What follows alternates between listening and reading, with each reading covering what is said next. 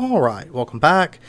So, of course, once again, I am having to record this audio retroactively because I had some issues. So, if it's out of place or anything, I do apologize. But I did go ahead and get all the advanced pressure tubes changed over, and picking up from where we left off, we're going to be upgrading our system. So these advanced pressure tubes are able to transfer up to 20 bars of pressure at a time. But the issue is that a lot of our machines only, like this one right here, can only hold up to 5 bars of pressure. Otherwise it becomes unstable. So we're going to need to do something about that. Some of these machines, keep in mind, like this one is 5 bars of pressure, but the charger and the vortex tubes are automatically 20 by default. But you kind of just want to, whenever you're upgrading your system like this, just go through and check all your machines, see where everything is that needs 5 bars of pressure and what needs 20. Especially take note of the ones that need 5, because we're going to be changing those up a bit.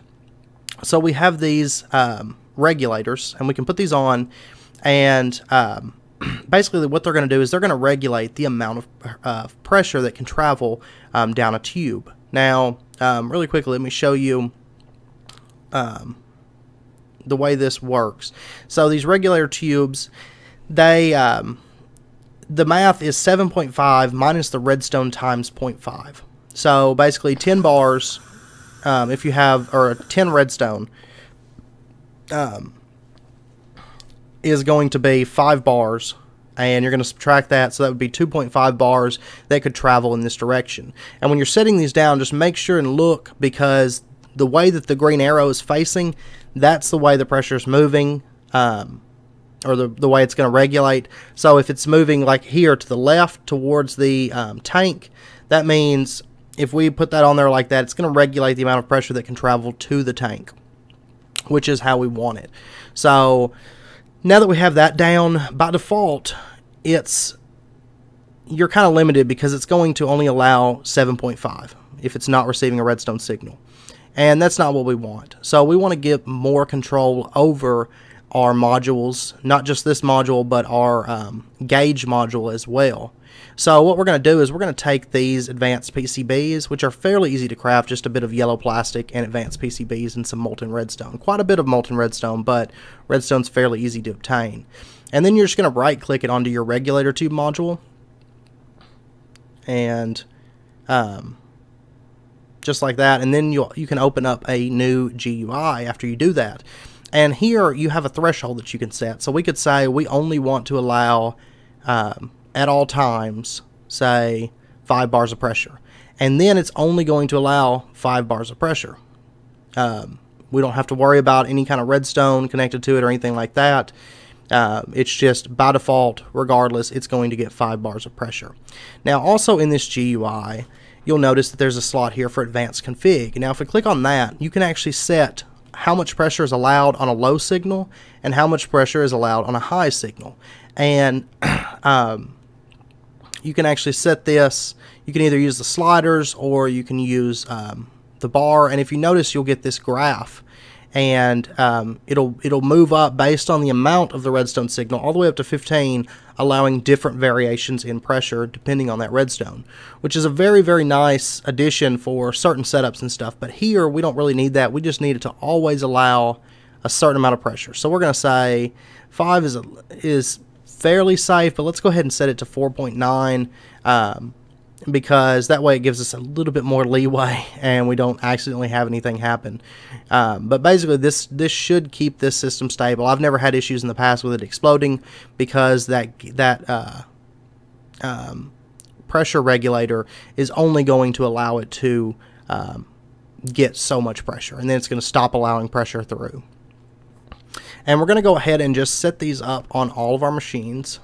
So now you could always have your machine set up like in one area. Here's your 5-bar machines, and here's your 5-bar tanks, and so on. So you'd only have to use technically one regulator module if you did that.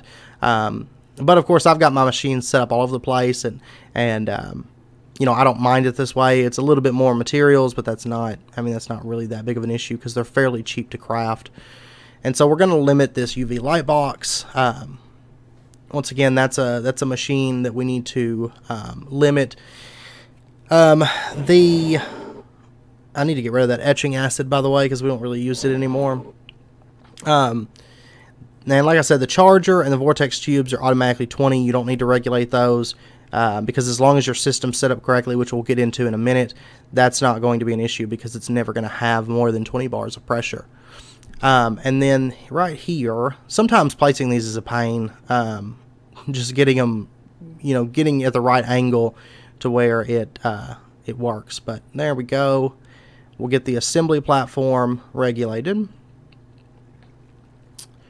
And there we go. And we'll regulate that one once again to 4.9. And then let's see what else we got here. And I think, oh yeah, this one. We got to regulate this one, and we got to regulate the elevator as well. And you'll generally have a lot better luck placing those if you do it at like an intersection like that, because that's generally where they're going to connect best, in my experience. So we got that one regulated, and then this one, see, I'm having issues like trying to place that down right there. So what we'll do is instead, we'll go over here and just do it right here at this connection. It's hard to get into it right there, but we'll go over here and we can regulate the pressure fairly easy from here. Let's remove this. And there we go. And then we'll get this one regulated, and that should be pretty much all of the layout here. And we'll set this one to 4.9 as well. And yeah.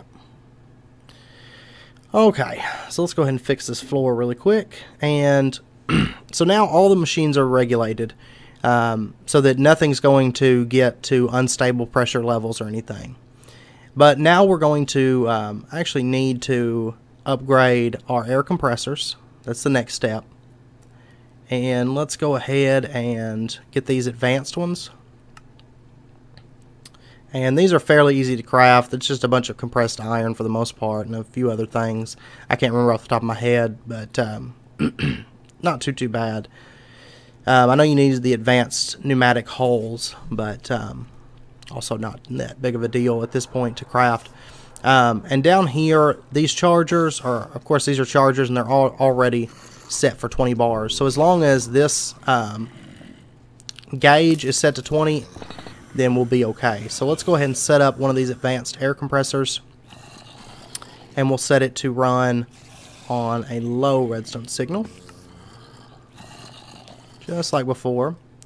And now the next thing that we want to do is we want to actually upgrade our tube modules, our pressure gauge. So these work kind of the same. You get this GUI here, but you can set, of course, the advanced config, and then you can set your bars of pressure. So we're going to say it's going to emit a redstone signal at 19. And actually we can bump it up here to, oh, okay, I think we just maybe leave it at 19, or we might move it up. No, okay. But basically now it's emitting a signal all the time, but that's because we have it set to emit signal when it's lower than. So let's change it to higher than 19 bars. And let's go ahead and change it to 18.8. I think I changed it back. Because this one only has one compressor, so we don't have too much of an issue or worry with it actually, overheating. And anytime you change that, you need to make sure and change it to higher than or lower than, depending on what you're wanting from it. So now that's running, and everything's good. Now these advanced ones, you'll notice they run through charcoal a little bit quicker than the original ones, but they do produce a lot more pressure. I believe that the standard ones, right here I was actually trying to find the information on it, but I believe the standard ones produce like 10 milliliters per tick, whereas the advanced ones produce 50 milliliters per tick. So it's a very, very big difference. I could be off on the basics. I can't remember off the top of my head, but I do believe it's like 10. So you definitely want to upgrade those advanced ones. But there's actually another caveat to the advanced ones that we'll get into in just a second. It actually slipped my mind for just a moment. But right here, these heat sinks, you're going to want to... It doesn't have to necessarily be a heat sink, but you need to manage the temperature on these advanced compressors, because what it is, that temperature, you'll see the bottom gauge and a top gauge. The bottom gauge is going to be the point at which it starts losing efficiency. So once it reaches that temperature, the efficiency is going to start dropping. And once it reaches that top gauge, it will become so hot that it has absolutely no efficiency. It's not going to produce any air at all. But what you can do is you can just throw a heat sink on here, and it's going to drop that temperature. See, first it's stabilizing, it's 76, and now it's dropped to 75 degrees Celsius. So you kind of want to keep that temperature down. A heat sink will take care of that for you. If you just throw a heat sink on each compressor, you'll be set. Now, you can also do additional ways to cool that. Any kind of cold block, like ice, water, jellied cryotheum does work, but in my experience, those will turn to stone very, very quickly. So you want to avoid the fluid blocks. And honestly, with the heat sinks, you're better off just doing that than any kind of a cool fluid block. But you can also use vortex tubes. So if, say, you have a vortex tube that's set up to provide heat to a certain machine, you can also set the back end, which of course is the cooling end. You can set that attached to an advanced compressor, and it's going to keep that cool while keeping the other side hot. So that's the way the vortex tubes work, and with a good setup, you can actually utilize both sides very efficiently. Now, also, there are machines that require heat, like things that we've used the vortex tube for. You can put a compressor next to that and generate the heat from the compressor instead of using a vortex tube, because basically any connecting blocks to that compressor are going to take on some of the heat as it's transferred over from that compressor block to, the surrounding blocks that can accept heat or cold, depending. But, that's just up to you if you want to set it up and kind of run heat off of those. But keep in mind that if you do run high heat off of those compressors, your efficiency is going to drop, and you're not really going to be producing very much air pressure. And it's honestly kind of a pain to try to stabilize those to where you're getting the amount of heat that you want from those, as well as the amount of air pressure that you're comfortable getting. So I tend to like just throwing a heat sink on them and just letting them go, because that heat sink's going to keep it balanced at just the right temperature. It's perfect, and it's honestly designed for using with that. And then over here, let's go ahead and actually remove, let's remove this UV charger, because I prepped one too few advanced PCBs. So we'll just pull that off. I don't need the UV light box right this second, so we're just going to go ahead and pull it off for just a moment, and I'll set it up later.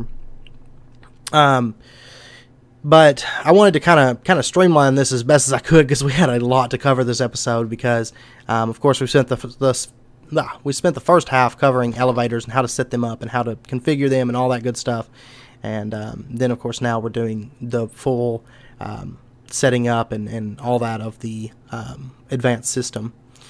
And I've got a compressor that's actually stuck back there. I was just going to say hell with it, like I don't care, but I couldn't get that placed. You kind of have to stand like right in front of where you want the heat sink to point out. So we're going to end up removing part of our pressure tank momentarily. Now keep in mind, as I go through this, there's a couple points that I lose pressure. I'll end up breaking some tubes and doing some things. And by the way, those heat sinks do, once they heat up, now when they're cool, there's one on the other side of the room that we stand on all the time that's not always active. But these heat sinks that are active, once they heat up to about, I want to say it's like 50 or 60 degrees Celsius, if you stand on that, you will catch on fire. So just be aware of that, and try not to stand on those. But there's a couple points in here that I lose pressure, and I'll show you in a second a way that you can avoid losing pressure. I'm just too lazy to worry about it, because charcoal is like a freebie for us at this point, and so I'm not too concerned about a little bit of waste on charcoal or whatnot. So, all right, we'll get that heatsink placed, and then we have one more compressor that needs changing over. And from here on out, we won't really use the basic compressors. We won't use the basic tubes anymore, any of that. But if you want to avoid losing your pressure, all you have to do is kind of give the output another way to go. So like right there, we just create a circuit. We can remove the compressor without losing any air pressure in the process. So if you're kind of finicky about your air pressure and don't want to lose what you've gained, you can always do that. And you know, if you do it quickly enough, you're not really going to lose any air pressure as far as the block placement and stuff. Do that pretty quickly. But let's go ahead and break that off. And now all of our air compressors are set up and they have heat sinks, so they're cooling. And make sure and set all of these to low signal, or you know, depending on your system, it could be a little bit different. But for this type setup, we're of course using low signal for that Pneumatic setup. So now that we have all of that set up, everything's all good except for the fact that our gauge module is only gauging 5 bars at the moment. Or 4.5, whatever we had it set at. But what we can do is we can throw, of course, another one of these on there and adjust it. And with this system, since we're running 4 compressors, we need to give it a little bit more leeway. So we're going to say like 19 bars. I think I change it to 18.8, 18.6, something like that. At the moment. Now I'm going to show you in a second a way that you can actually raise that and give yourself more of a threshold without fear of you know, overpressurizing your system. Now keep in mind that if you are using the lava based generators, because those are a thing and they're very viable in normal series where I have like a lava pump set up in the nether and I'm pumping out lava and I've got plenty of it, or I have blood magic and I'm producing lava or something like that, I will generally use those liquid generators, because liquid, the really great benefit of liquid compared to solid fuels is when you reach a certain threshold and you don't need that liquid anymore, of course it's going to just automatically shut down, whereas a solid fuel like these, it's going to continue burning that piece of solid fuel until it's finished and then it will shut down. So especially with Pneumatic craft, you want to watch it, because that's why we're giving ourselves a little bit of a leeway, because it is a charcoal based system. So we want to kind of give it some leeway so that it's got time. If it starts burning a piece of charcoal at the very end of that burn cycle, we want to make sure that it has plenty of time to burn through all of that fuel, you know. And now let's take a look at the I'm sorry, I was kind of talking a little bit about that, but the volume upgrades. Now these things are amazing. If you throw these into a machine, you'll notice that this machine, the assembling platform, has 2,000 milliliters of volume at best by default. But if you throw these volume upgrades in there, it's going to add an additional 5,000 milliliters. So automatically, it's more than base with just one upgrade in it. So they are very effective. And what the volume upgrades do, if you notice, it's not raising the amount of pressure that it can accept. So it's not going to turn a 5 pressure machine into a 20 pressure machine. I've known people to actually get those mixed up and think it's not raising the pressure, so it's not working. But that's not the case. What it is it's going to accept more air volume before it pressurizes. So what's going to happen is throwing a couple of these into there, giving it that additional 10,000 volume, is going to increase the amount of air that it can accept, and thus increase the prolonged state of being pressurized. So if we start, say, running the assembly platform for an extended period of time, normally, with only 2,000 milliliters of volume, it's going to steadily drop off that that volume at a noticeable rate, especially when we run it for a long period of time. I actually ran out of pressure earlier when I was making these advanced pressure tubes, and that's because it only has that 2,000 milliliters of volume, and it will use so many milliliters per cycle of crafting to craft those those PCBs or the advanced pressure tubes or whatever. So putting these volume upgrades in there, basically what you're going to see is that these machines are going to run longer before, they'll reach a point where the volume is so low that it's not pressurized enough to do what it's trying to do anymore. So in essence, it's basically like adding like an energy upgrade to a machine. So you're going to have more energy in this machine. The pressure is still going to stay the same, so you still need those tube regulators, those pressure regulators. But this is just going to give you a lot more leeway and a lot more storage space as far as your air goes. It's honestly the exact same reason that we have those pressure tanks in the back. We don't use those for crafting. We use those for additional air storage so that we have more volume across our system. So that, you know, if we start running something really, really heavy, it's not going to just bottom out the pressure in our system and cause it to malfunction or quit running, you know. And eventually, I didn't prep them for this episode, but I'm going to add volume upgrades to the elevators as well, because elevators, depending on the height, there is times, the height and the speed upgrades, you will, especially on a tall elevator like we're going to have, we can, in a single go with that elevator, we might run out of pressure unless we upgrade that volume. So especially with the elevator blocks and some of these things, volume is extremely important. And we're actually, I haven't done it yet, but I'm going to add speed upgrades to the assembly platform to make it run faster. And I'll show you guys that because it looks really, really good whenever it runs quickly. But that's another machine where volume is very, very important. So those volume upgrades, you don't want to skip out on those. Right now, of course, we can't actually change floors because our pressure is not high enough because of all the block breaking and stuff. It's going to take a minute for this system to stabilize back. And also, the more volume that you have, it is going to take it a little bit longer to stabilize the system because it has more air volume that it can hold, so it takes longer to pressurize that system with the air pressure. But you're better off in the long run for it. So I do highly suggest putting volume upgrades in every machine. There's not really a single machine where I'm like, well, maybe you don't need volume upgrades in that. So you know, I do definitely suggest it. And of course, right here, I'm not entirely sure. Like, I know I was talking about something, I just can't quite remember what it was I was talking about. That's the problem with retroactively recording, I think.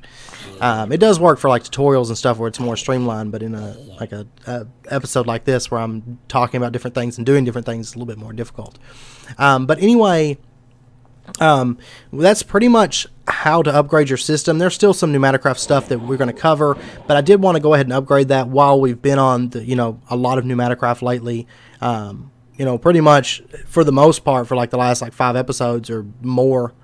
I did want to go ahead and wrap that aspect of it because upgrading your system is very beneficial to you, and also with the 20 bars and the increased volume and stuff, it's a lot safer as well. So those volume upgrades, you're actually going to be able to raise your threshold higher, closer to the 20 bars, because it's going to take longer to fill that volume up, and it's going to give you more time to burn down those solid fuels. But anyway, I think I'm going to end the episode out there. If you guys enjoyed it, as always, be sure and hit that thumbs up button. Subscribe if you're not already for more daily videos. And be sure and comment. Let me know what you think about the series or the episode. It's very, very much appreciated, and I do appreciate all you guys' support. So until next episode, do take care, and I hope to see you guys then.